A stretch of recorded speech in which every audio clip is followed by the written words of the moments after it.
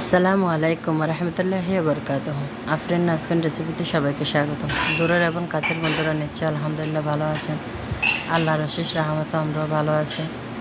আজকে নিয়ে এসেছি কাঁচামরিচ দিয়ে কাঁকরোল। দেশীয় কাঁকরোল পেয়েছি, তাই কাঁচামরিচ দিয়ে কোরাল মাছ রান্না রেসিপি।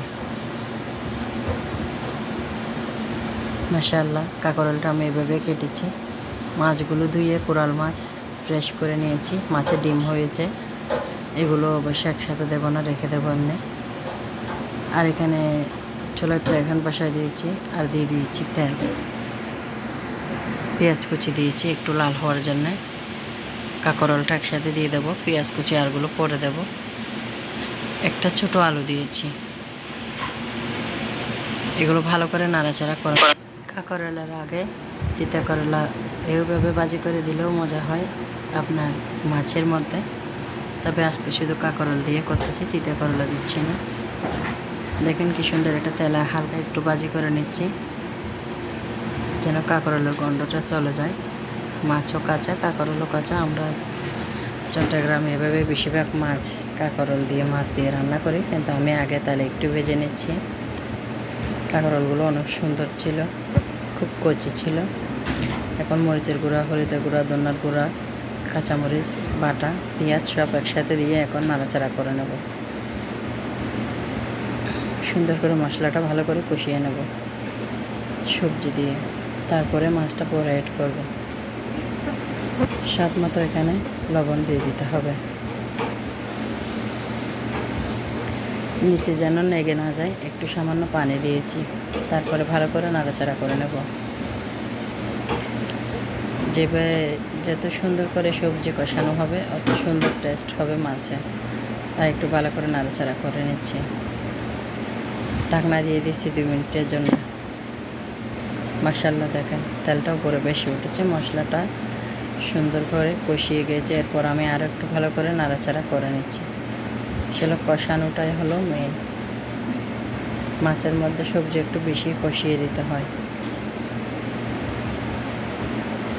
এখানে আর একটু পানি দিয়ে আমি সবজিটা ভালো করে একটু সিদ্ধ করে নেব। মানে 50% এখানে আমি 30% সিদ্ধ করে নিচ্ছি। দেখেন এটা লেগেছে 5 মিনিট, আমি সিদ্ধ করে নিয়েছি।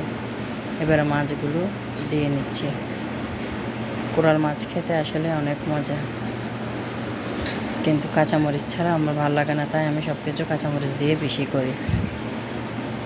কাঁচামরিচে আসলে অনেক ভিটামিন থাকে, খেতেও ভালো লাগে।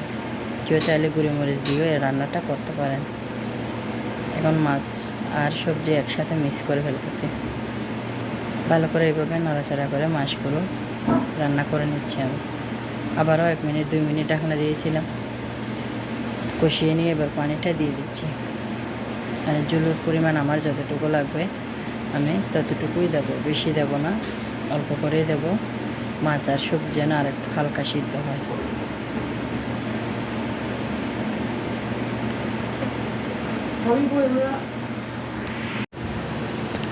নতুন বন্ধু, পুরনো বন্ধু সবাইকে অনেক ধন্যবাদ।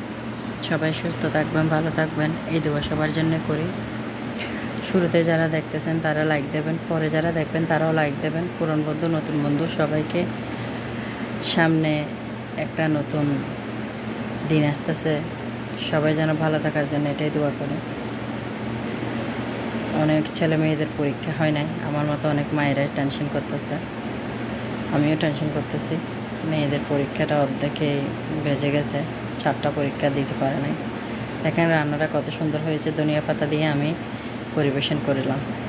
সবাই ভালো থাকেন, সুস্থ থাকেন।